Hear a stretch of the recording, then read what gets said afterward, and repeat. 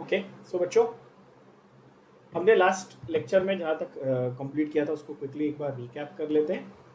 Solutions से हमने ये चैप्टर शुरू किया था, obviously right, we know it's a homogeneous mixture solution. उसके टाइप्स किए हमने। उसके बाद हमने हेनरीज लॉ देखा, यहाँ पर बताया solubility directly varies with pressure, S is equal to K P. उसके बाद हमने देखा राउल्ट्स लॉ।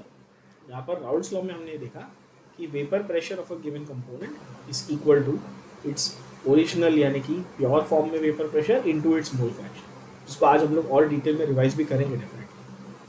और ये पॉइंट हमने देखा था लास्ट लेक्चर में कि जो सॉल्यूशन राउल्ट्स लॉ को ओबे करता है, फिर से देख लेना, जो सॉल्यूशन राउल्ट्स लॉ को ओबे करता है वो क्या होता है, आइडियल सॉल्यूशन होता है, और जो नहीं ओबे करता वो क्या होता है, नॉन आइडियल। यहाँ तक सभी लोगों को क्लियर है ये चीज? जो राउल्ट्स लॉ को ओबे करे वो आइडियल, जो ना करे वो नॉन आइडियल। क्लियर है बच्चों? Yes, okay. अब जो नहीं ओबे कर रहा है राउल्ट्स लॉ, ठीक है, राउल्ट्स लॉ का हमने एक डायग्राम भी देखा था पिछले लेक्चर में। अगर वो इस डायग्राम को फॉलो नहीं कर रहा है, इस पर्टिकुलर पैटर्न को फॉलो नहीं कर रहा राउल्ट्स लॉ पे, तो वो या तो पॉजिटिव डिविएशन दिखा सकता है, यानी जितना एक्सपेक्टेड है उससे ज़्यादा हायर पॉजिटिव, और या तो नेगेटिव डिविएशन दिखा सकता है, यानी कि जो एक्सपेक्टेड उसका बिहेवियर था उससे नीचे, उससे नेगेटिव दिखा सकता है। तो यहाँ पर ये दो फैक्टर्स जो हैं उनके बारे में भी हम बात करें। कौन से? Positive deviations and negative deviation. ध्यान से देखिए, the solutions in which solute solvent intermolecular attractions are weaker than those between solute solute molecules and solvent solvent molecules, these such type of solutions exhibit positive deviations. okay, यानी कि दो solute के कोई भी दो पार्टिकल और solvent के कोई भी दो पार्टिकल के बीच में जितनी फोर्स है, राइट, उससे वीक सोल्यूट सॉल्वेंट यानी कि इंटरमोलिकुलर अट्रैक्शन सोल्यूट सॉल्वेंट के बीच का जो है, अगर वो वीकर निकला तो पॉजिटिव बिहेवियर दिखेगा। ठीक है, अब ये आई नो ये थोड़ा सा ये लाइन जो है ये डायरेक्टली रीड करने पे नहीं समझता है लोगों को, तो इसीलिए हम लोग इसको थोड़ा डायग्राम या एक्सप्लेनेशन के पार्ट में समझते थे। As usual page,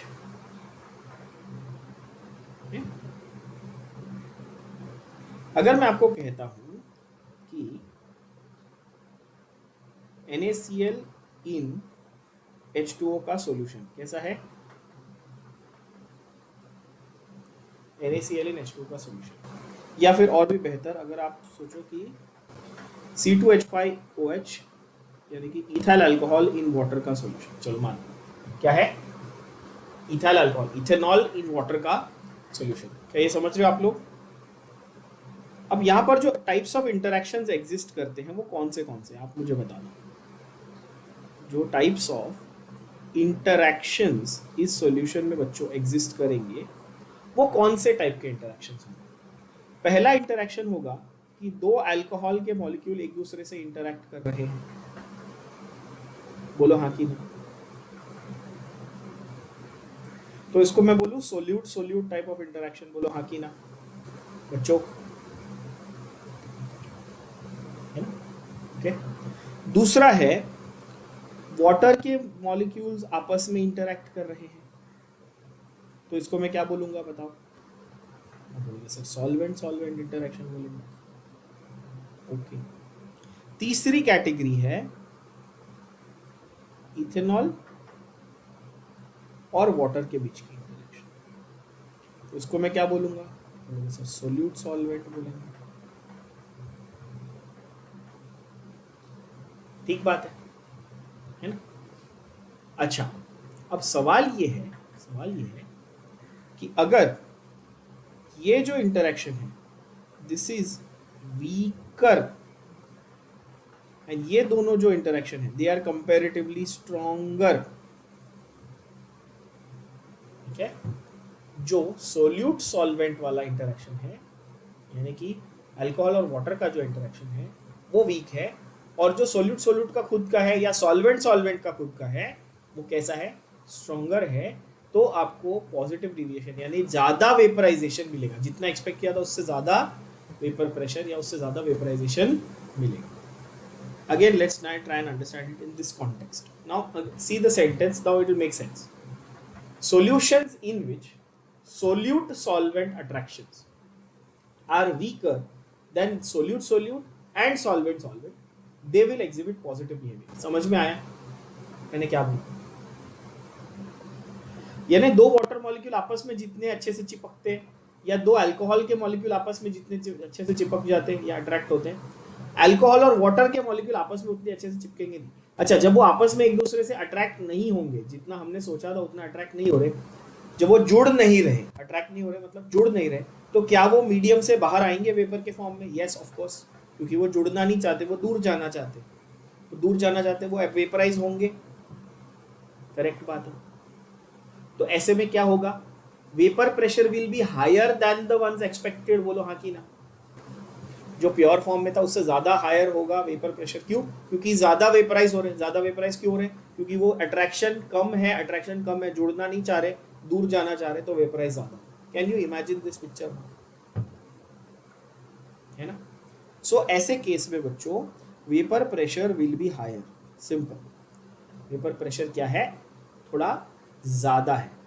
examples. Now ये एग्जाम्पल्स आपके खास करके सीईटी वाले बच्चों के लिए बता रहा हूं. ये सीधे आपके एमएचसीईटी में एज इट इज उठा के एग्जाम्पल पूछेंगे. Ethanol and acetone example, carbon disulphide and acetone. ये दो एग्जाम्पल आपको मार्क कर लेने. ये काफी इंपॉर्टेंट है from the perspective of your entrance exams. Even आपके बोर्ड्स में भी for example they can definitely ask you कि भाई example give any two examples of positive deviation. तो आप क्या बोलोगे? Acetone with ethanol, acetone with carbon disulphide. क्या ये बात क्लियर है? सभी बच्चों प्लीज मुझे बताओ. किसी को बाउंसर अगर जा रही है तो प्लीज बताना. मैंने बोला कि जिसमें भी सोल्यूट सॉल्वेंट का इंटरेक्शन कम है, सोल्यूट ज्यादा है, सॉल्वेंट ज्यादा है, तो वो पॉजिटिव डिविएशन दिखाएगा. Positive deviation from Raoult's law दिखाएगा. यानी जितना वेपर प्रेशर एक्सपेक्ट कर रहे थे उससे ज्यादा मिलेगा, हायर मिलेगा. और ऐसे दो एग्जाम्पल है. तो नेगेटिव डिविएशन के लिए उल्टा नहीं होगा? Don't you think? Of course उल्टा ही होगा ना. यानी कि interaction between solute and solvent, यानी सोल्यूट सॉल्वेंट का interaction is stronger than solute और सॉल्वेंट. यानी कि जो हमने लिखा उसका उल्टा.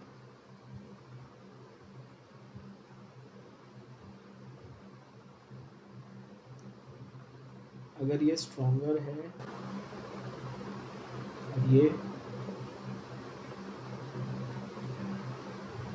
अगर ये स्ट्रॉन्गर हुआ तो ये नेगेटिव डिविएशन दिखा रहा है, और ये वीकर हुआ तो ये पॉजिटिव डिविएशन. क्या ये बात आपको समझ में आई? ये हटा देता हूँ, कंफ्यूजन. सोल्यूट सॉल्वेंट इंटरेक्शन अगर स्ट्रॉन्ग हुआ तो नेगेटिव डिविएशन है, वीक हुआ तो पॉजिटिव डिविएशन. अब थोड़ा आप कॉमन सेंस भी लगाओगे तो आपको समझ में आ जाएगा.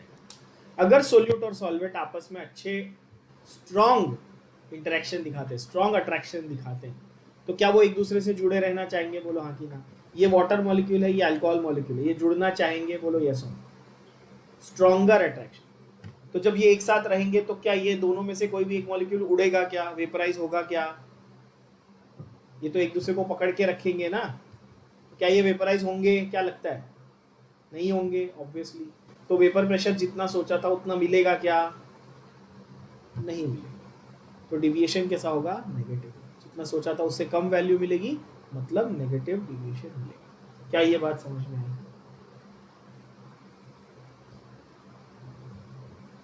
बच्चों, है ना?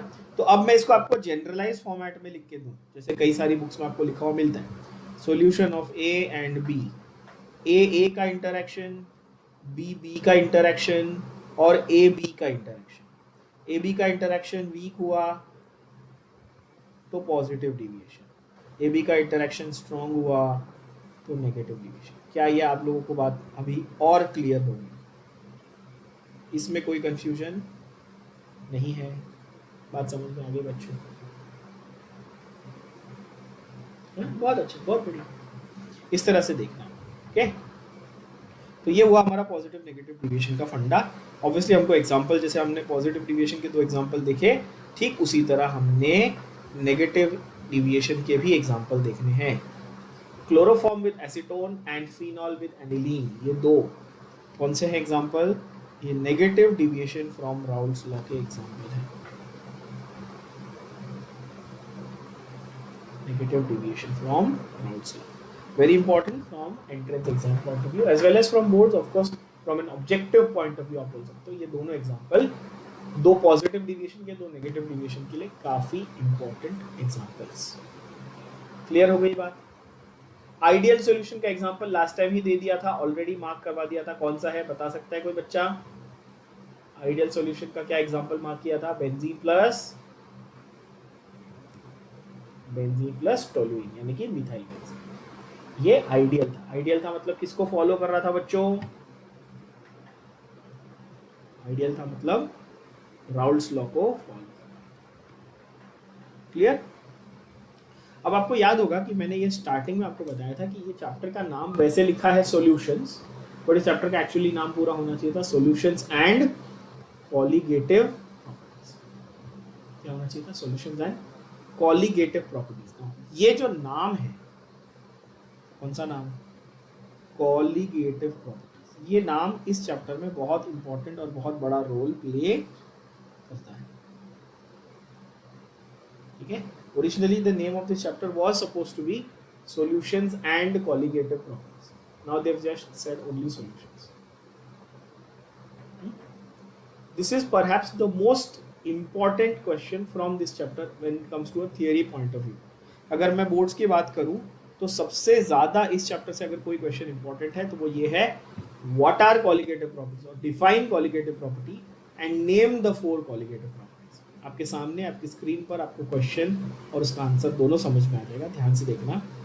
The properties of a solution that depend on the number of particles and not on the nature of the particles are called colligative properties. Solution की वो प्रॉपर्टी,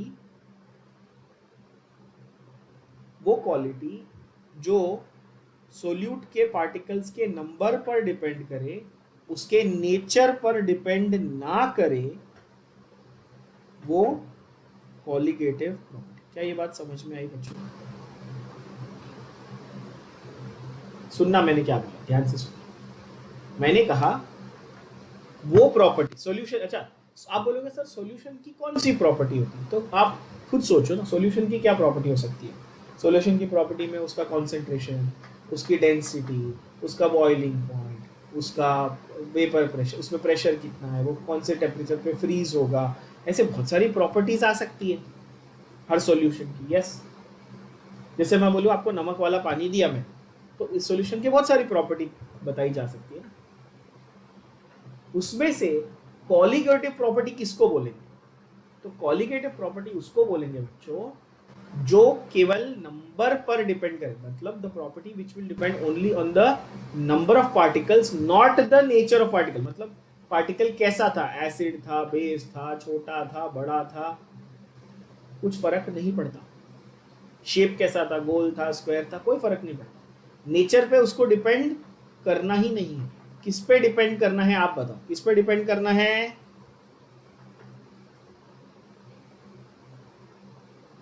ओनली ऑन द।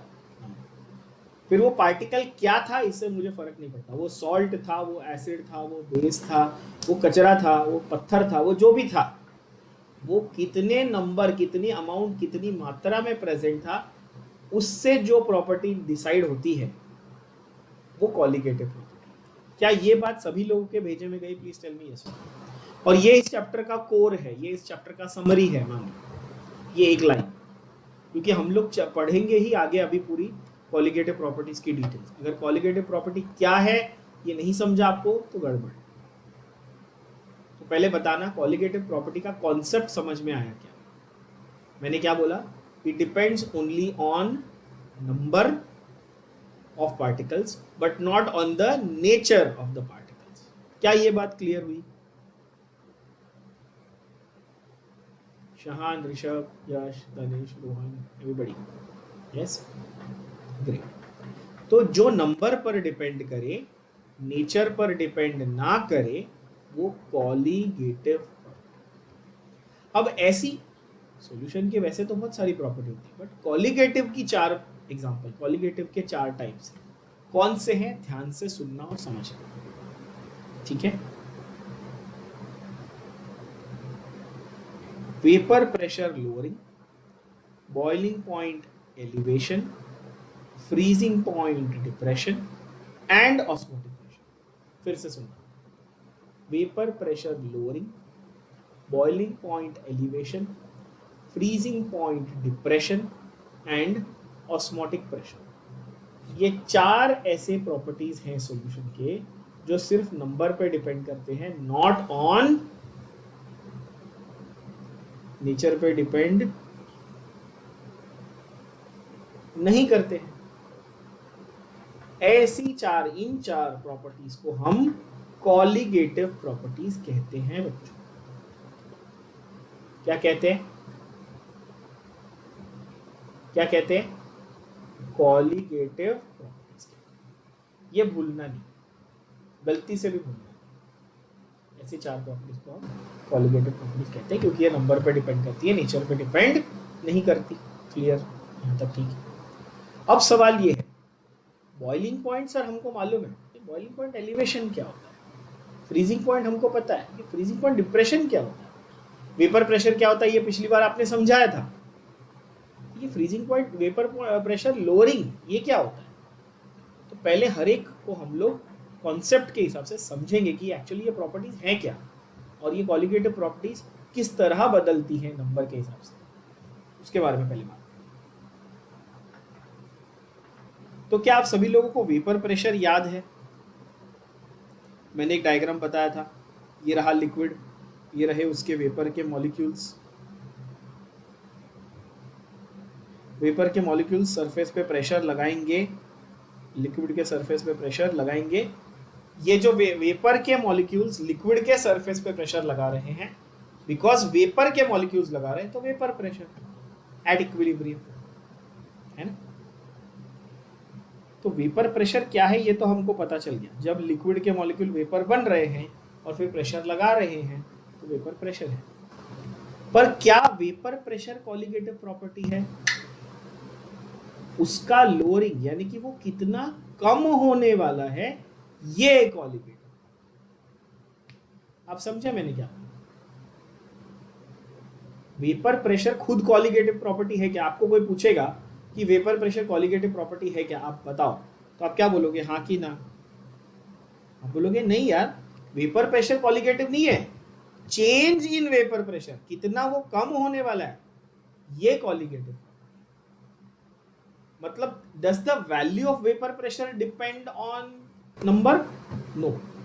कितना वो कम यानी उसका चेंज कितना होने वाला है, that depends on the number of particles. That is important. That is something that a lot of students tend to miss and tend to get incorrect. वो लोग गलती करते हैं यहाँ पे। आप भी करोगे इनिशियली, शुरू में मैं आपको 1-2 बार पूछूंगा तो आप भी रॉन्ग आंसर दोगे। आपको पूछूंगा कॉलिगेटिव प्रॉपर्टी तो आप बताओगे sir boiling point, freezing point. Totally wrong.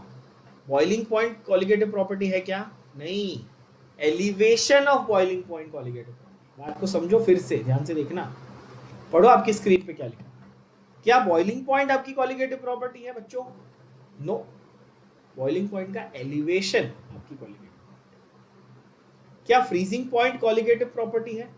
ना, फ्रीजिंग पॉइंट का डिप्रेशन यानी कि वो कितना कम होने वाला है ये आपकी कॉलिगेटिव प्रॉपर्टी। क्या ये बात आप लोगों के भेजे में क्लियरली जा रही है ना? ध्यान से सुनना और समझना, बहुत इंपॉर्टेंट चीज है। बहुत सिंपल है, बट ये इतनी ज्यादा सिंपल है फिर भी लोग गलती कर देते हैं, because boiling point, freezing point ये बचपन से हमने बहुत बार पढ़ा हुआ है। जैसे मैं आपको पूछूं प्योर वाटर का बॉइलिंग पॉइंट क्या है तो आप तुरंत बोलोगे 100, ठीक है। और मैं बोलूं मैंने पानी में नमक डाल दिया, सॉल्ट डाल दिया समझो, तो अब उसका बॉइलिंग पॉइंट क्या होगा? थोड़ा लॉजिक लगाना और मुझे बताना। ओरिजिनली पानी का बॉइलिंग पॉइंट 100 था, बोलोगे हाँ सही था, सही है 100। तो कुछ सोल्यूट डालने के बाद अब वो क्या 100 रहेगा कि बदल जाएगा? पहले ये बताओ, क्या वो बदलेगा? क्या वो बदलेगा? कितना बदलेगा? सोचो, अगर वो बदलेगा तो हाँ, तो कितना? सोचो।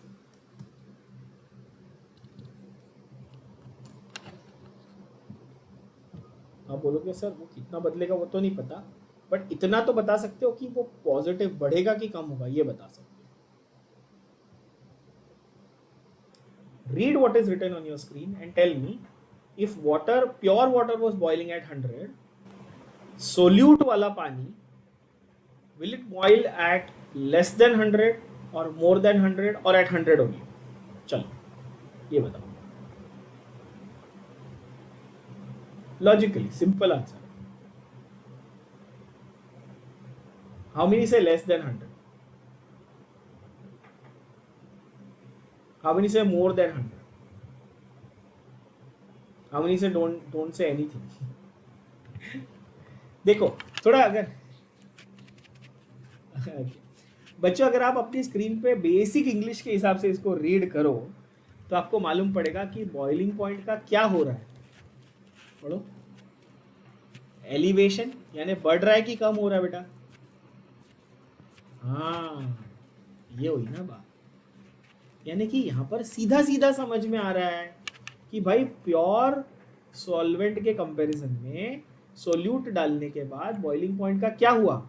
एलिवेशन हुआ, यानी कि वो बढ़ा, यानी वो 100 से तो ज्यादा ही होगा ना। बात आई समझ में? तो अब उस लॉजिक से आप मुझे बच्चों आंसर दे सकते हो कि freezing point of pure water is 0 degree Celsius. तो अगर नमक वाला पानी, मतलब पानी में नमक डाल दूंगा, तो अब फ्रीजिंग पॉइंट क्या होगा? सोचो, लेस देन 0 और मोर देन 0? Less than 0। क्यों? क्योंकि क्या हो रहा है फ्रीजिंग पॉइंट का? डिप्रेशन की, मतलब गारंटी है कि वो कम ही होने वाला है। देखो कितना सिंपल है। बात को समझ में आ रही हो क्या आपको? अब मैं आपको और एक तरीके से समझा दूं। ये मैं इसके ऊपर बहुत देर तक इसके ऊपर हम लोग चर्चा करने वाले हैं। ये 4 बहुत सिंपल सेंटेंस है, नाम है सिर्फ, बट इसके ऊपर डिस्कशन करोगे तो आपको कॉन्सेप्ट समझेगा और जिंदगी भर याद रहेगा। फिर आपको बार बार रटने की जरूरत नहीं पड़ेगी इसको। ध्यान से देखो, मैंने कहा कि बॉइलिंग पॉइंट ऑफ वाटर 100 था, क्या? Pure water. तो प्योर सॉल्वेंट बोल दूं? प्योर सॉल्वेंट बोल दूं? और आपको ये पिछले लेक्चर में तो बताया था कि प्योर सॉल्वेंट सुनते ही आप P1 क्या लगा दोगे? नॉट। प्योर वर्ड सुनते क्या लगा दोगे? नॉट। क्या आप लोगों के दिमाग में ये चीज जा रही है बच्चों? प्योर वर्ड सुनते अपन क्या लगा देते? नॉट लगा देते। बराबर बात है। तो सॉल्यूशन का 100 से कम होगा कि ज्यादा होगा? चलो आप बताओ। मैंने क्या बताया? बॉइलिंग पॉइंट 100 से कम होगा कि ज्यादा? तो कहने का मतलब ये है कि ये सॉल्यूशन के लिए ये 101.86 फॉर एग्जाम्पल, मैंने 101.86, अब ये मैंने बहुत स्पेसिफिकली सोच के नंबर लिया है, ऐसे नहीं लिया मैं आपको आगे इसका लॉजिक भी बताऊंगा कि ऐसा क्यों लिया। तो समझो कि बॉइलिंग पॉइंट प्योर सॉल्वेंट का 100 था, सॉल्यूशन का मैंने चेक किया 101.86 निकला। मतलब देयरफॉर कैन आई से चेंज कितना है बच्चों? ये बताओ चेंज कितना था?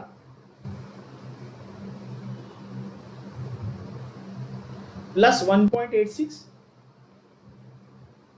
प्लस 1.8 मतलब बढ़ा, मतलब एलिवेशन हुआ। सो आपसे मेरा सवाल ये है, ये उसका फाइनल बॉइलिंग पॉइंट था, आप अग्री करते हो? ये उसका फाइनल बॉइलिंग पॉइंट था, ये उसका इनिशियल बॉइलिंग पॉइंट था। इनिशियल मतलब शुरुआत का, not. Everybody gets this now. Terminology में कंफ्यूजन नहीं होनी चाहिए आपके दिमाग में कि सर जो स्क्रीन पे लिख रहे हैं वही मेरे को नहीं समझ में आ रहा, तो फिर गड़बड़। क्या मैं TB नॉट लिखता हूं तो आपको ये समझता है कि अच्छा मैं बॉइलिंग का टेम्परेचर इनिशियल ऐसा लिखा, और जब मैं TB लिखता हूं तो मैं बॉइलिंग का फाइनल टेम्परेचर लिखता। I can write the same thing as T final and T initial. I can write it like this also, no problem. और I can write it as T2 and T1, शुरुआत का और आखिर का. There are many ways of writing it. T1 and T2 are also airport terminals in Mumbai airport, so that's why I don't like writing that. I will stick to TB and TB not. Is that understood? Okay. I feel like in this online lecture, all my good jokes are wasted. Because by the time my joke comes and you switch on your mic and laugh, it is gone. चलो ध्यान से देखो. अब सवाल मेरा आपसे ये है, ध्यान से सुनो. क्या टीबी नंबर पर डिपेंड कर रहा था, यानी कि टीबी कॉलिगेटिव प्रॉपर्टी था या उसका चेंज कॉलिगेटिव प्रॉपर्टी था, या दोनों? मैंने ये क्लियर किया अभी थोड़ी देर पहले. मेरा सवाल आपको समझा होगा. क्या वो वैल्यू जो है, जो फाइनल वैल्यू, वो खुद कॉलिगेटिव प्रॉपर्टी है कि कितना एलिवेशन हुआ वो कॉलिगेटिव प्रॉपर्टी?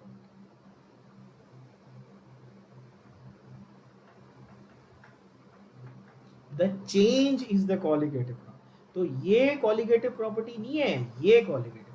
ये हुई ना बात. अब हुआ क्लियर, समझ में आया? अब जैसे मैं कहूं कि समझो आपको पहले 70% मार्क्स आए थे 10th में, ठीक है, फिर आपने बहुत मेहनत की, बहुत सारे आपने अच्छी तैयारी वगैरह की, प्रैक्टिस किया, और आपको 95% मार्क्स आ गए 12th में. तो आपका इंप्रूवमेंट प्लस 25% हुआ. तो क्या आपका फाइनल मार्क्स आपका कॉलिगेटिव प्रॉपर्टी है? नहीं बॉस, आपका इंप्रूवमेंट आपका कॉलिगेटिव प्रॉपर्टी. ये समझ लें.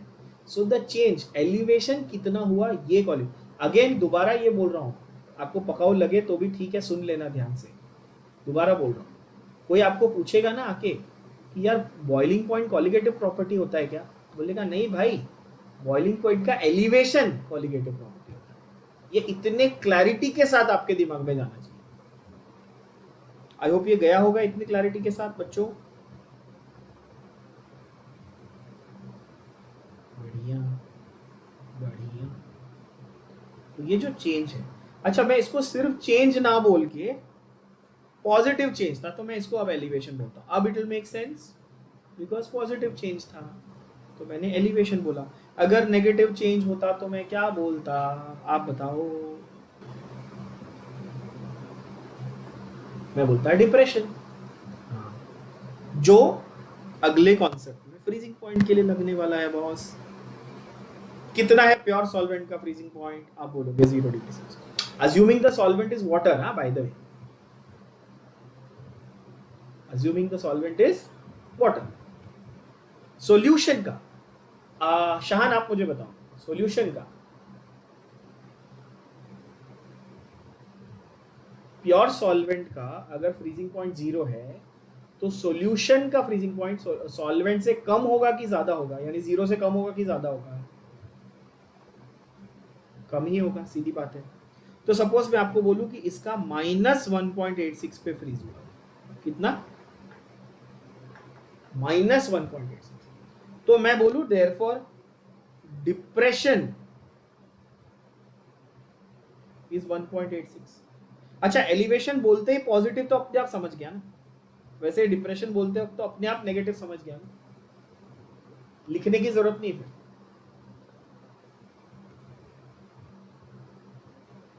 तो अगेन सवाल मेरा आपसे वही है, क्या ये फाइनल वैल्यू कॉलिगेटिव प्रॉपर्टी है या change colligative?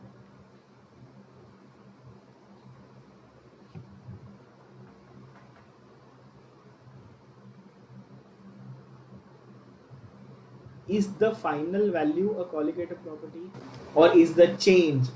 The change is the colligative property. तो ये TF नॉट हो गया, ये TF हो गया, और जो चेंज है यानी कि जो डिप्रेशन हुआ, यानी कि कितना कम हुआ, ये तुम्हारा कॉलिगेटिव. समझो बात, ठीक है? बहुत ही सिंपल और लॉजिकल. तो अब वापस आते हैं हम लोग हमारे पेज पे, वापस आते हैं, फिर से देखो, क्या वेपर प्रेशर कॉलिगेटिव प्रॉपर्टी है? नहीं भाई, वेपर प्रेशर प्योर से लेके सॉल्यूशन बनने के चक्कर में जितनी लोअरिंग हुई इसकी, यानी जितना वो कम हुआ, ये कॉलिगेटिव। क्या बॉइलिंग पॉइंट कॉलिगेटिव प्रॉपर्टी है? No. उसका एलिवेशन कितना हुआ, that is the colligative. Is freezing point a colligative property? No. उसका कितना डिप्रेशन हुआ, ये कॉलिगेटिव। सवाल आपके दिमाग में है कॉलिगेटिव प्रॉपर्टी क्या होती है? वो तो पहले ही बता दिया, जो नंबर पे डिपेंड कर रही थी, नेचर पे डिपेंड नहीं। क्या ये बात क्रिस्टल क्लियर? पर आपने एक चीज नोटिस की बच्चों, ऑस्मोटिक प्रेशर में मैंने एलिवेशन, डिप्रेशन, लोअरिंग, इंक्रीजिंग कुछ लिखा है क्या? चेक करो, देखो वहां पे लिखा हुआ है। तो अब ये देखो ध्यान से, मैंने यहां पर मार्क जो किया है, वेपर प्रेशर का गारंटी है कि लोअरिंग ही होने वाला है। ये इंपॉर्टेंट है बच्चों। वेपर प्रेशर का गारंटी है क्या होने वाला है? लोअरिंग होने वाला है। बॉइलिंग पॉइंट का गारंटी है क्या होने वाला है? एलिवेशन, यानी बढ़ने ही वाला है। फ्रीजिंग पॉइंट का क्या होने वाला है? डिप्रेशन, यानी कि कम होने वाला है। पर क्या ऑस्मोटिक प्रेशर का कुछ ऐसा लिखा हुआ दिख रहा है क्या आपको?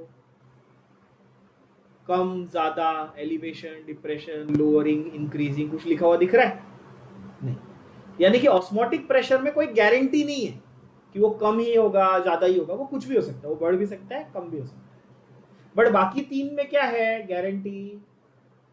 वेपर प्रेशर में क्या गारंटी कि वो कम होने वाला है? बॉइलिंग पॉइंट में क्या गारंटी कि वो बढ़ने वाला है? फ्रीजिंग पॉइंट में क्या गारंटी वापस कम होने वाला है? क्या ये भेजे में गया सबके? बोला। अच्छा, अब सवाल है कि सर किससे कम होने वाला है? भाई प्योर वाले से, ओरिजिनल से, जहां से शुरू किया था उससे कम होने वाला है। जैसे बॉइलिंग पॉइंट 100 से शुरू किया है पानी के लिए, तो जो फाइनल वैल्यू आएगी वो 100 से ज्यादा ही आएगी सोल्यूट डालने। ये सोचना है, ऐसे सोचना। फ्रीजिंग पॉइंट अगर पानी का बात कर रहा हूँ, सॉल्वेंट पानी है अगर मेरा कोई सॉल्यूशन में, तो फ्रीजिंग पॉइंट का बात कर रहा हूँ, तो 0 से कम ही आने वाला है, ज्यादा नहीं आ सकता। क्या ये गया दिमाग में? सेम वे अगर मैं आपको कहूं vapour pressure of water, normal पानी, प्योर पानी का vapour pressure 17 mm of Hg है, 17 mm of Hg for example, तो आपको ये बोलना है कि अच्छा, मतलब कि कोई भी सॉल्ट डालने के बाद, कोई भी सोल्यूट डालने के बाद 17 से तो कम ही आने वाला है, ज्यादा नहीं आ सकता। आप बात समझ रहे हो मैं क्या बोल रहा हूँ? एवरीबडी, है ना? अब जरा इसको, इस एग्जांपल को थोड़ा और एक्सपैंड करके अपने कॉन्सेप्ट्स को और क्लियर करते हैं। मैंने क्या कहा कि कितना चेंज हुआ ये कॉलिगेटिव प्रॉपर्टी, यानी कि ये नंबर पे डिपेंड करेगा, बोलो हाँ कि ना? नंबर ऑफ पार्टिकल्स क्वांटिटी पे डिपेंड करेंगे, लॉजिकल बात है, आप मुझे बताओ। जैसे कि मैं आपको कहूं NaCl, अब जिन लोगों ने मोल कॉन्सेप्ट सीखा है उनके लिए बहुत इजी है। NaCl का मोलार मास कितना है बताओ? NaCl का मोलार मास, तो आप बोलोगे सर 23 सोडियम का है, 35.5 क्लोरीन का है, मतलब 58.5। यस बच्चों, है ना? 58.5।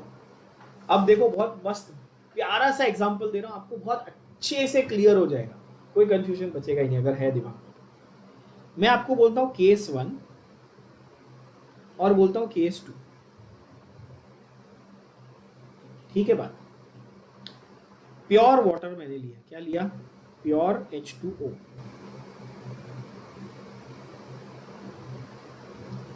बॉइलिंग पॉइंट में चेक कर रहा हूं, पहले मैंने लिया प्योर H2O केस 1 में, और प्योर H2O लिया केस 2 में। दोनों में मैंने प्योर H2O लिया, 1 लीटर, इसमें भी लिया 1 लीटर। इसका बॉइलिंग पॉइंट कितना होगा आप बताओ? 100 डिग्री सेल्सियस। इसका भी कितना होगा? 100 डिग्री सेल्सियस। यहां तक क्लियर? दो केस है, दोनों केस में 1-1 लीटर पानी लिया, दोनों का बॉइलिंग पॉइंट 100। कोई कंफ्यूजन? क्लियर? केस 1 में आई एडेड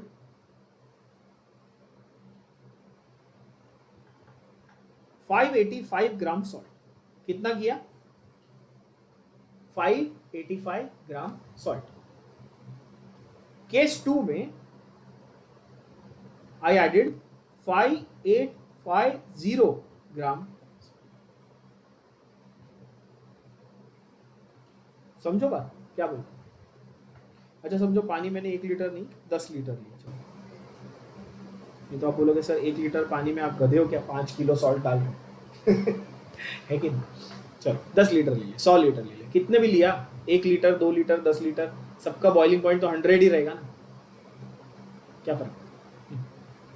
अब मुझे बताना केस 1 और केस 2 आपको समझ में आ गया। एक में मैंने 585 ग्राम यानी 585 ग्राम सॉल्ट डाला, दूसरे में मैंने 5850 ग्राम सॉल्ट डाला, किसमें मैंने सॉल्ट की क्वांटिटी ज्यादा डाली है।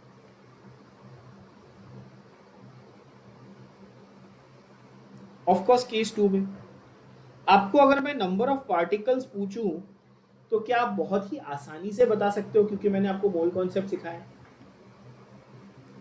नंबर ऑफ पार्टिकल्स पहले केस में कितने हैं आप जरा बता सकते हो।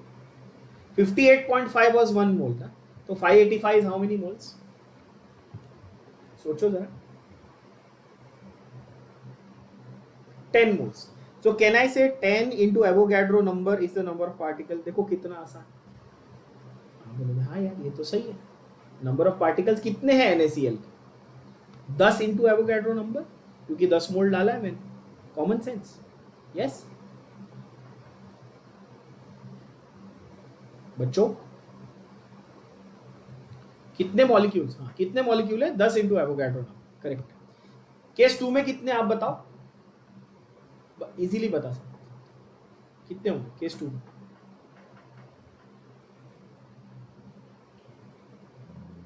क्या मैं बोलूं 100 into एवोगैड्रो नंबर। तो आप मुझे ये बताइए बच्चों कि किसके नंबर ऑफ पार्टिकल ज्यादा,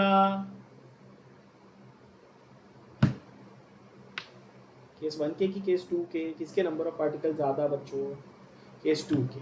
तो किसकी कॉलिगेटिव प्रॉपर्टी ज्यादा, क्योंकि नंबर ऑफ पार्टिकल में डिपेंड कर रही है ना केस 2 की, यानी कि बॉइलिंग पॉइंट किसका एक्सपेक्टेड आपको ज्यादा है, सोचो।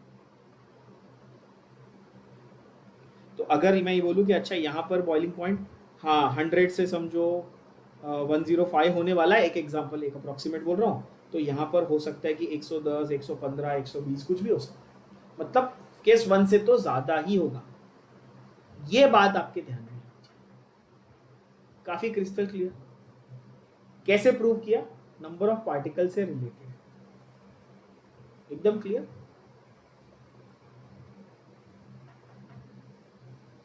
बहुत अच्छे। और एक प्यारा एग्जांपल लेते हैं। अब ये प्यारे एग्जांपल ऐसे इसलिए ले रहा हूं मैं क्योंकि ऐसे ही एग्जांपल्स के बेसिस पे आपको बोर्ड्स में भी क्वेश्चन आते हैं और आपके एंट्रेंस एग्जाम में भी क्वेश्चन आते हैं। कैसे क्वेश्चन आते देखते हैं। मैंने लिया प्योर H2O, फिर से वही, ज्यादा करके सॉल्यूशंस आपके इस चैप्टर में ज्यादा करके पानी वाले ही रहेंगे ना, एक्वस ही सॉल्यूशन रहेंगे, ऑब्वियस बात है। मैं लेता हूं केस 1 केस 2 और केस 3। सोचना सुनना समझना मैं क्या बोलूं। केस 1 में मैंने पानी लिया तो इसका बॉइलिंग पॉइंट 100, इसका बॉइलिंग पॉइंट 100, इसका बॉइलिंग पॉइंट 100। क्लियर बच्चों।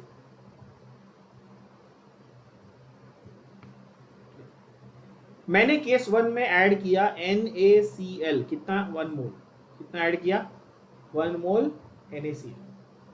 इसमें कितना ऐड किया, इसमें ऐड किया 1 मोल MgCl2, इसमें ऐड किया 1 मोल AlCl3। ध्यान से सुनना, ध्यान से देखना, मजा आएगा, समझ में आएगा, बहुत मजा आएगा, क्लैरिटी आएगी लाइफ।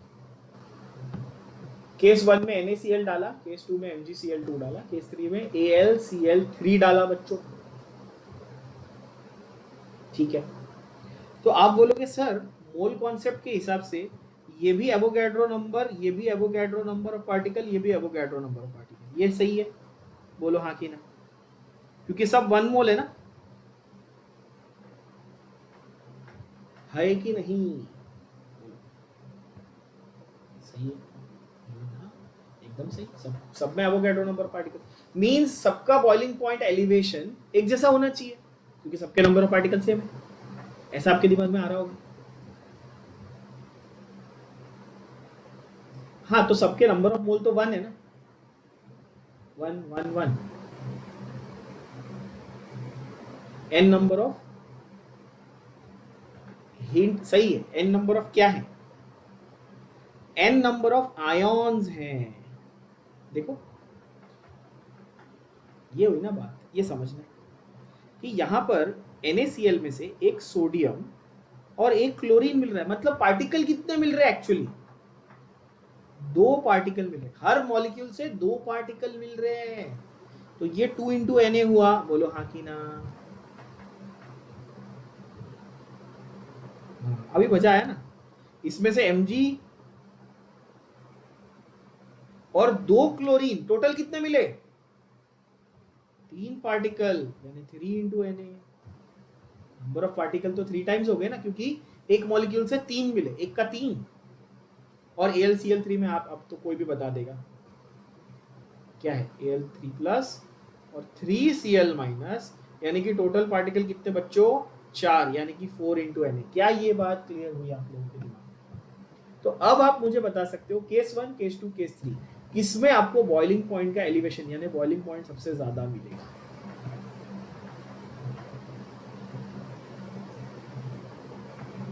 क्या आप ये मुझे बता सकते हो? ऑफ कोर्स केस 3 में मिलेगा।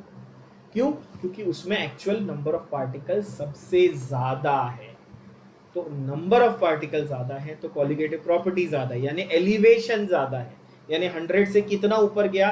तो थोड़ा ज्यादा ऊपर जाएगा, क्योंकि 4 पार्टिकल हैं तो उसमें ज्यादा एलिवेशन ऑफ बॉइलिंग पॉइंट मिलेगा। यानी कि केस 3, तो 3 टेस्ट ट्यूब आपको मैंने दिए, तीनों में अलग अलग डाले, एक में NaCl, एक में MgCl, एक में LCl3, और मैंने पूछा बताओ इन तीनों में से सबसे ज्यादा हाई टेम्परेचर पे कौन बॉयल होगा? तो आप बोलोगे सर AlCl3 वाला सबसे ज्यादा टेम्परेचर पे बॉयल होगा। क्या ये बात क्रिस्टल क्लियर है? मजा आ गया? बेस्ट, बढ़िया। आपने खुद अप्लाई किया कॉन्सेप्ट, मैंने थोड़ी किया, आपने किया, आपने खुद सोचा। अब अगर आपको कोई भी ऐसा कंपाउंड दिया जाए, कोई भी 2-3 ऐसे अलग अलग कंपाउंड दिए जाए, तो आप ध्यान से उसको प्रिडिक्ट कर सकते हो कि किसकी बॉइलिंग पॉइंट की वैल्यू ज़्यादा, किसकी कम, किसकी फ्रीजिंग पॉइंट की वैल्यू ज़्यादा, किसकी कम, किसकी वेपर प्रेशर की वैल्यू ज़्यादा, किसकी कम। ये बात आपके दिमाग में काफ़ी क्लैरिटी के साथ बैठ गई है। यही है फंडा कॉलिगेटिव प्रॉपर्टीज का। ठीक है बच्चों, तो फिर से एक बार डेफिनेशन की तरफ देखेंगे। Now look at it in a different perspective, in a new light, new meaning. Now think property that depends on number of particles, not on nature of particles, is called colligative property. Lowering of vapor pressure, elevation of boiling point, depression of freezing point and osmotic pressure. क्या ये बात सभी लोगों को crystal clear हो? बहुत अच्छे, बहुत अच्छे। जब हमें कॉलिगेटिव प्रॉपर्टी स्टडी करनी है तो हम जनरली थोड़े डाइल्यूट सॉल्यूशंस को प्रेफर करते हैं। ये केमिस्ट्री का एक रूल है कि जब हमें कॉलिगेटिव प्रॉपर्टी को स्टडी करना है तो हम जनरली बहुत ज़्यादा कॉन्सेंट्रेटेड सॉल्यूशंस को प्रेफर नहीं करते, हम थोड़े बहुत जो डाइल्यूट होते हैं सॉल्यूशंस उनको प्रेफर करते हैं।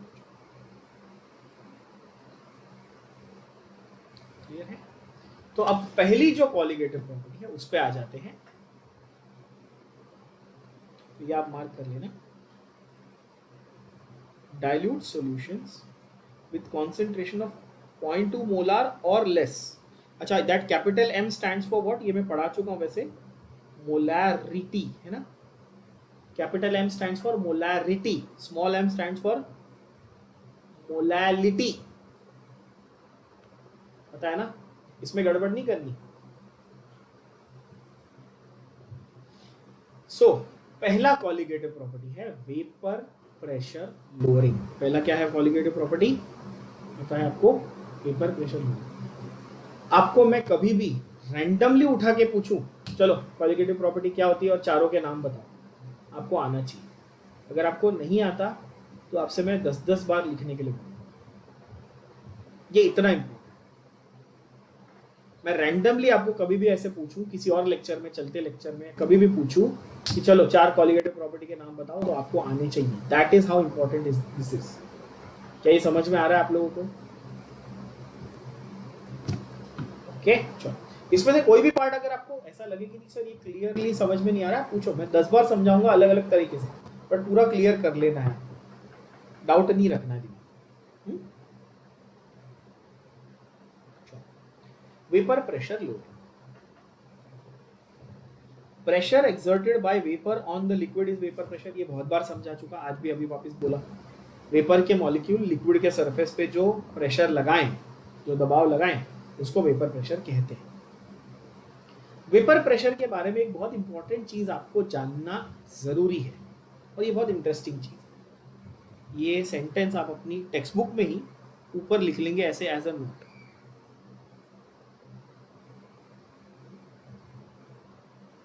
ऊपर लिख लेंगे एज अ नोट, ठीक है। नोट आप लोग लिखेंगे, बहुत इंपॉर्टेंट चीज बता रहा हूं, ध्यान देना इसके ऊपर। सिंपल है, इंपॉर्टेंट है बट सिंपल है। लिक्विड, कोई भी लिक्विड बॉईल कब होता है? कोई भी लिक्विड बॉईल कब होगा? सोचने वाली बात। अब जैसे आपको बचपन से सिखाया गया है, water boils when its temperature reaches 100, यही सिखाया गया है ना। आप तो आपने लर्न कर लिया, आपने बोला हाँ सही है, water boils when it reaches its boiling point. What is its boiling point? 100 degree Celsius. तो पानी 100 पे पहुंचेगा तो बॉइल होगा। अपने दिमाग में बहुत क्लियर सिंपल आइडिया था। अब मैं बोल रहा हूं कि आप उसको वेपर प्रेशर के टर्म्स में सीखो, समझो। कोई भी लिक्विड बॉईल तब होगा जब उस लिक्विड का वेपर प्रेशर एटमॉस्फेरिक प्रेशर से इक्वल हो जाए। क्या बोला? फिर से समझो। जब लिक्विड का वेपर प्रेशर एटमॉस्फेरिक प्रेशर से इक्वल हो जाएगा, तब वो लिक्विड बॉईल होगा। क्या ये बात समझ में आई?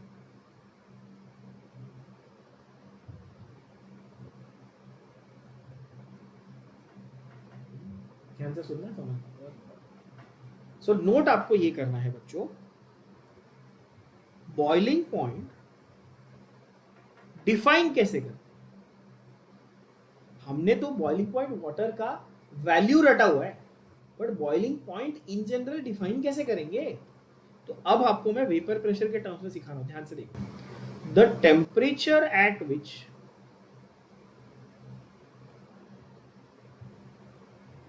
vapor pressure of liquid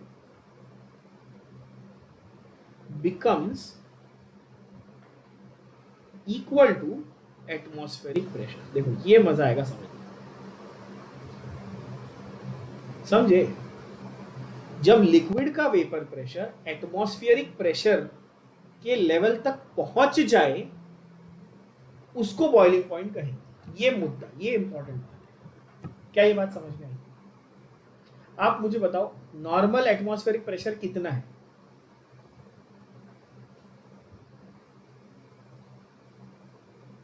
normal atmospheric pressure कितना है? आप बोलोगे सर 1 atm।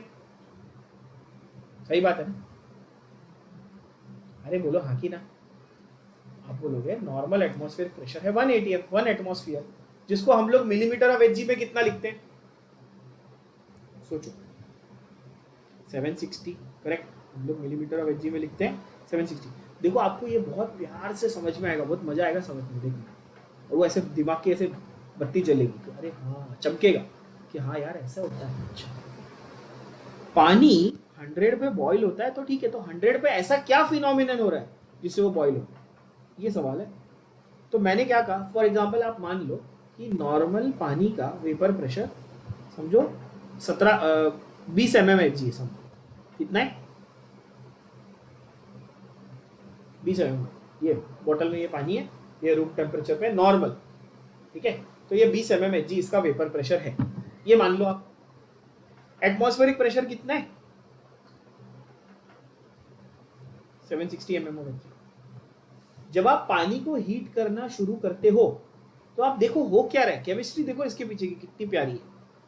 ये आपने कंटेनर लिया, इसमें पानी लिया, पानी को जब आपने हीट किया तो एक एक मॉलिक्यूल उड़ने लगा, वेपराइज होने लगा।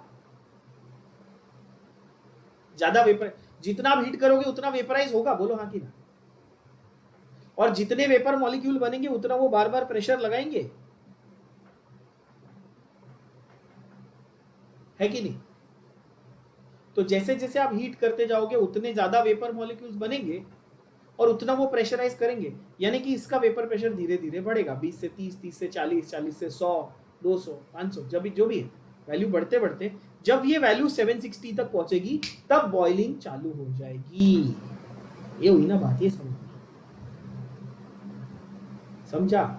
जब उस लिक्विड का वेपर प्रेशर एटमॉस्फेरिक प्रेशर तक पहुंच जाए तब बॉइलिंग पॉइंट पहुंच गए।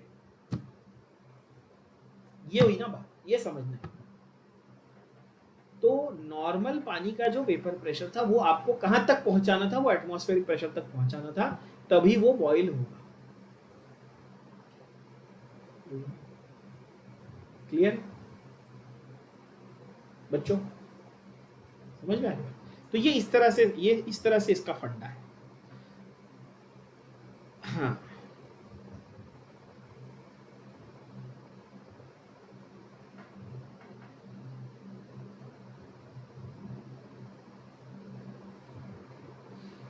और आऊंगा अभी मैं इस पे और डिटेल में हम लोग बात करेंगे, बहुत मजा आएगा इसमें। तो वेपर प्रेशर क्या है पता चल गया, और एक मैंने एक्स्ट्रा लाइन लिखवा दी कि भाई जब वो वेपर प्रेशर एटमॉस्फेरिक प्रेशर से इक्वल बन जाएगा तो बॉइलिंग पॉइंट भी पहुंच गया, ये समझ जाओ। अगर नॉन वॉलेटाइल और नॉन आयोनाइजेबल सोल्यूट है, अब आप बोलोगे ये क्या होता है? वॉलेटाइल का मतलब क्या होता है ये सिखा चुका हूं पहले, बट फिर से बता दो। वॉलेटाइल का मतलब क्या होता है? जो चीज जल्दी वेपराइज हो जाए, इवेपोरेट हो जाए, उड़ जाए, वो वॉलेटाइल। जो ना उड़े वो नॉन वॉलेटाइल। करेक्ट? जैसे अल्कोहल में बोलूं, अल्कोहल को आप क्या बोलोगे, वॉलेटाइल कि non volatile? Alcohol highly volatile, उड़ जाता है। Acetone highly volatile. Non ionisable, जो आयोनाइज नहीं होगा, जो टूटेगा नहीं, ब्रेक नहीं होगा, डिसोसिएट नहीं होगा, वो नॉन आयोनाइजेबल। तो हमने ऐसा एक सॉलिड लिया जो वॉलेटाइल भी नहीं है, मतलब उड़ नहीं जाता, जो आयोनाइजेबल भी नहीं है, यानी टूटता भी नहीं, ऐसा एक सॉलिड लिया और उसको लिक्विड के अंदर डाल के सॉल्यूशन बनाया। तो उस समय वेपर प्रेशर को क्या हुआ? मेरे सवाल का जवाब, वेपर प्रेशर को क्या हुआ? देखो आपके स्क्रीन पे मैंने मार्क भी किया, हिंट भी है साहब। जब भी मैंने एक सॉल्वेंट लिया, उसके अंदर मैंने सोल्यूट डाला, तो उस सॉल्वेंट के यानी उस लिक्विड के वेपर प्रेशर को क्या हुआ? वो कम हुआ कि ज्यादा? ऑफ कोर्स कम हुआ, लोअरिंग होने वाली लिखा हुआ है सामने, मार्क भी किया रेड कलर से। अगर दिख नहीं रहा तो जाओ पानी लो, मुंह धो, देखो आके देखो स्क्रीन, समझे? लोअरिंग देखो, क्लियर है? सो वेपर प्रेशर की लोअरिंग हुई, यानी कि ये बात क्लियर है कि यहाँ पर अब जो सेंटेंस है, it will make sense to you. Experiments have shown that when a non volatile non ionisable solid is dissolved in a liquid, vapor pressure of solution is always lower than that of pure solid. Clear?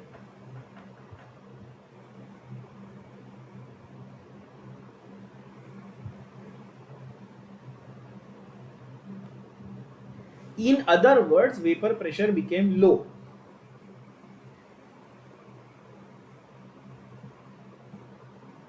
Now, मैंने आपको पहले ही lecture, इस chapter के पहले ही lecture में ये बात clearly define कर दी थी कि 1 और 2 ये क्या होने वाले हैं। आप मुझे बताओ, 1 ऑलवेज रिप्रेजेंट्स सोल्यूट या solvent?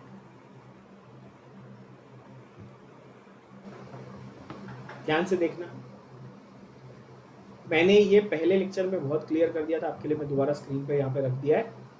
1 always denotes solvent, 2 always denotes solute. ठीक है बच्चों? 1 क्या है? अगर आप ये भूले तो ट्रस्ट मी, आपसे ये चैप्टर कभी जिंदगी में सॉल्व नहीं होने वाला। ये बहुत आसान चैप्टर है, बट अगर आप इतना भी याद नहीं रख पा रहे हो कि 1 मतलब सॉल्वेंट और 2 मतलब सोल्यूट, अच्छा, और सॉल्वेंट ज्यादा बड़ी क्वांटिटी में ना, ज्यादा मेन कंपोनेंट है यार, मेजर कंपोनेंट है, तो उसको 1 ही दूंगा ना यार, ये तो कॉमन सेंस है। तो सॉल्वेंट एटले 1 एंड सोल्यूट एटले 2। सबको समझा कि बात? मेरी बात सबको समझ में आई? यस। हिंदी सिंधी गुजराती सब में बोल दूँ, समझ में आ गई पक्का? 1 and 2, ठीक है। तो यानी कि अगर मैं नंबर ऑफ मोल्स बोल रहा हूँ तो आप N1 N2 बोलोगे, गिवन मास बोल रहा हूँ तो W1 W2 बोलोगे, मैं मोलर मास बोल रहा हूँ तो कैपिटल M1 M2 बोलोगे। अब आप मुझे बताओ, मैं वेपर प्रेशर बोलूँ तो आप क्या बोलने वाले हो? स्मॉल P1 और P2। क्या ये बात समझ में आई? है ना? Small p is vapour pressure, पिछले लेक्चर में भी बताया था, दोबारा बता देता हूँ। Capital P is just pressure, small p is vapour pressure, pi is osmotic pressure. तो 1 and 2 clear, vapour pressure of solvent, vapour pressure of solute. बहुत ही अच्छा clear. x1 x2 mole fraction of solvent, mole fraction of solute. काफी clarity, कोई tension.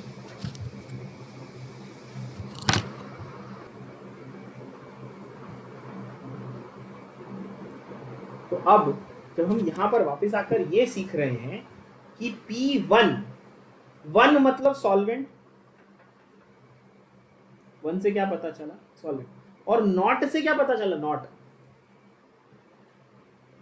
देखो not से क्या पता चला? प्योर। समझ रहे हो? P लिखा, 1 लिखा मतलब सॉल्वेंट, और ऊपर नॉट यानी 0 डाला, उससे क्या पता चला मेरे गधे बच्चों? क्या पता चला बताओ? प्योर। यानी कि अभी तक सोल्यूट आया है क्या? नहीं। सॉल्यूशन बना है क्या? नहीं। मैं सिर्फ प्योर सॉल्वेंट लेके बैठा हूं, सिर्फ पानी, प्योर पानी लेकर बैठा। ये पता नहीं पानी सोचते हम लोग का हाथ ऐसे क्यों है? पानी ग्लास, ग्लास समझो, बीकर या टेस्ट ट्यूब में भी पानी हो सकता है। मेरी गरीबी अंदर से बाहर आ रही है। चल, सो P1 नॉट जब मैं लिखता हूं बच्चों, तो P मतलब वेपर प्रेशर आप सोच रहे हो, 1 का मतलब आप सॉल्वेंट सोच रहे हो, और नॉट का मतलब आप प्योर सोच रहे हो। नॉट वर्ड हटा दूं तो आप सिर्फ सॉल्वेंट बोले। अच्छा, नॉट का मतलब प्योर भी बोल सकते हो और इनिशियल भी बोल सकते हो। क्या बोल सकते हो आप?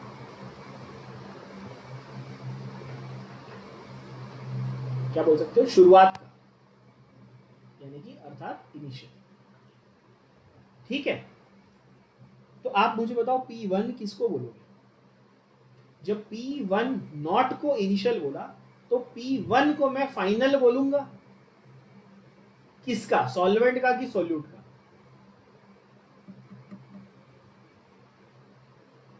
सॉल्वेंट। पर अब वो प्योर रहा क्या? जब वो फाइनल बोल रहा हूं तो वो फाइनल तक कैसे पहुंचा? सोल्यूट डालने के बाद ना।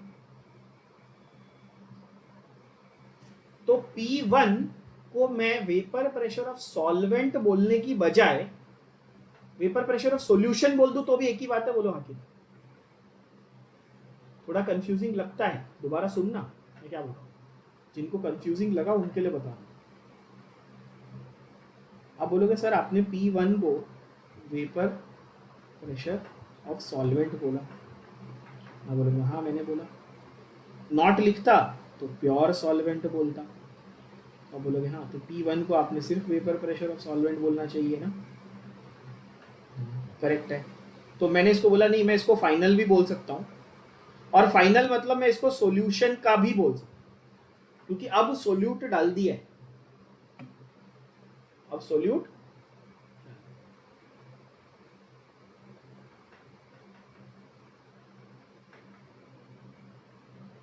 तो P1 देखकर बहुत बच्चे कंफ्यूज होते हैं। ये चैप्टर का सबसे बड़ा मुद्दा ही, ये कंफ्यूजन ही यही है, P1 नॉट और P1 का कंफ्यूजन। वो क्लियर हो गया? सब क्लियर है। P1 को मैं वेपर प्रेशर ऑफ सॉल्वेंट भी बोल सकता हूँ, final vapour pressure of solvent भी बोल सकता हूँ, या फिर मैं डायरेक्टली उसको वेपर प्रेशर ऑफ सॉल्यूशन भी बोल सकता हूँ, क्योंकि शुरुआत में तो वो P1 नॉट था। क्या ये बात क्लियर है? बहुत अच्छे। अब आप मुझे बताएंगे कि वेपर प्रेशर के कम होने की गारंटी थी कि बढ़ने की गारंटी थी बच्चों? कम होने की गारंटी थी। तो फाइनल वाला इनिशियल वाले से कम है कि ज्यादा है? लेस है कि मोर है? लेस है। तो क्या ये बात क्लियर है that P1 is actually less than P1 not? बोलो हाँ की सही है ना?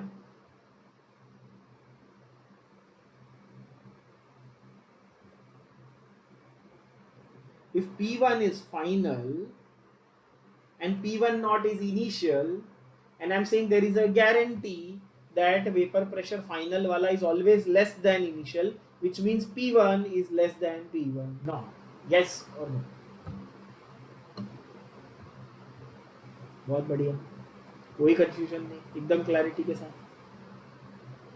अब जो डिफरेंस इन वेपर प्रेशर है, यानी कि चेंज, यानी कि लोअरिंग, कैसे करेंगे? Higher number minus lower number, common sense. तो P1 नॉट माइनस P1, ये देखो बड़े प्यारे तरीके से लिखा हुआ, हाँ सही है। डेल्टा P यानी कि चेंज। अच्छा, सिर्फ चेंज बोलूं कि लोअरिंग बोलूं? ज्यादा स्पेसिफिक, लोअरिंग कम हुआ ना। चेंज बोलूंगा तो वेग होगी, change can be anything, positive negative. Lowering बोला तो हाँ क्लियर है, हाँ कम ही होने वाला। चेंज यानी कि लोअरिंग कितनी है? Delta P, P1 naught minus P1, higher number minus lower, higher value minus lower value. Clear? यहां तक कोई कंफ्यूजन?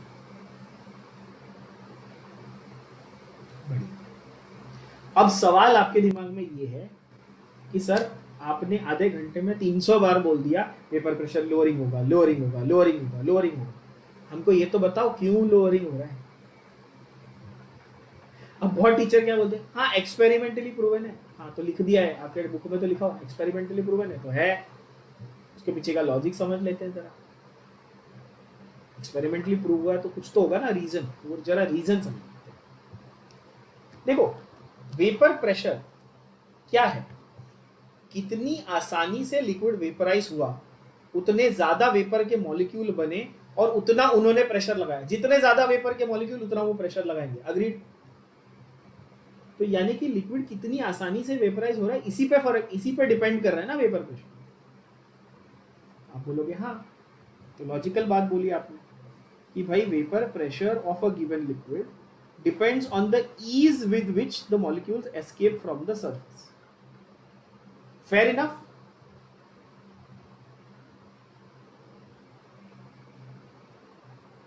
है ना? तो ये सोचने वाली बात है। ये एक पानी का कंटेनर है, मेरी गंदी ड्राइंग में ये पानी का कंटेनर है, ये रहा पीला पीला पानी, ये का है पानी, ठीक है मान लो। और ये है पानी के सब मॉलिक्यूल। आपको स्क्रीन पे थोड़ा सा धुंधले दिख रहे होंगे, बट येलो कलर के मॉलिक्यूल मैंने बनाए सर, दिख रहे पानी के छोटे छोटे दिख रहे हैं, ठीक है चलो। तो ये येलो मेरा पानी को रिप्रेजेंट करा और यही येलो उसके मॉलिक्यूल भी है। अब समझो मैंने इस पानी में डाल दिया नमक, सॉल्ट डाल दिया, तो evaporation takes place at the surface, ये पिछले लेक्चर में भी किया था। यानी कि ये जो येलो वाले मॉलिक्यूल है ये ऊपर जाने वाले हैं गैस बन के, और यही मॉलिक्यूल बाद में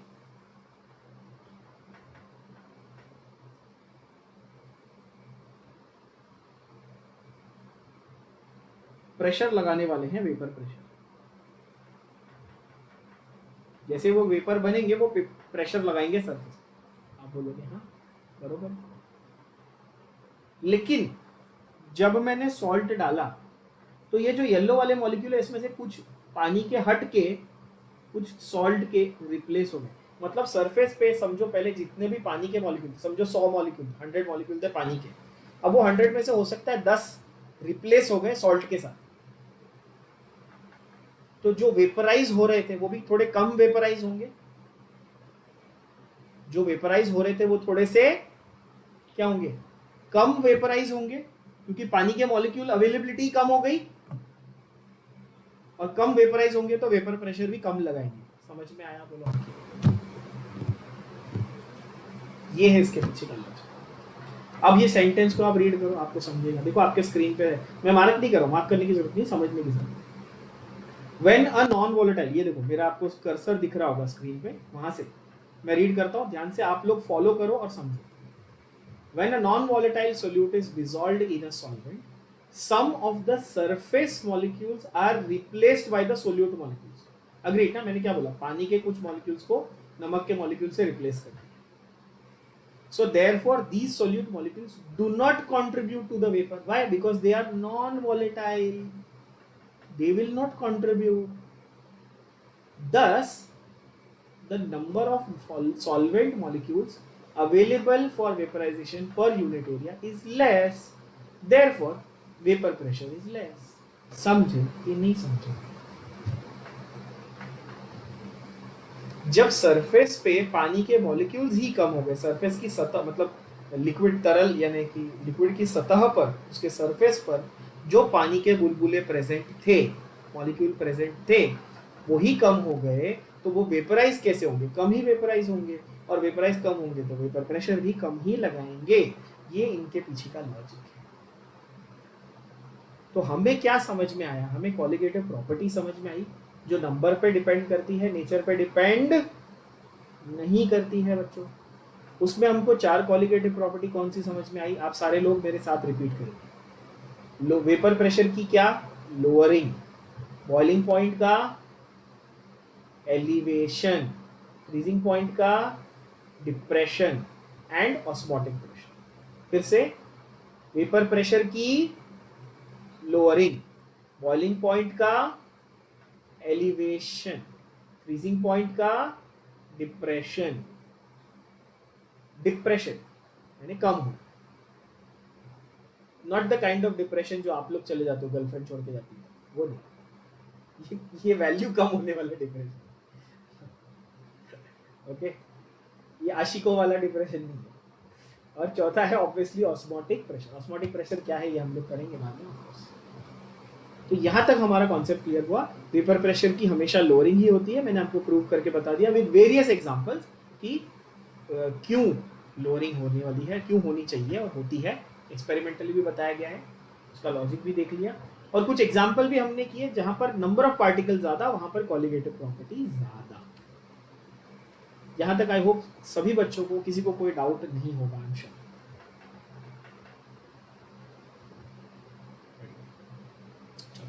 यहाँ पर इसको आज खत्म करेंगे अपन।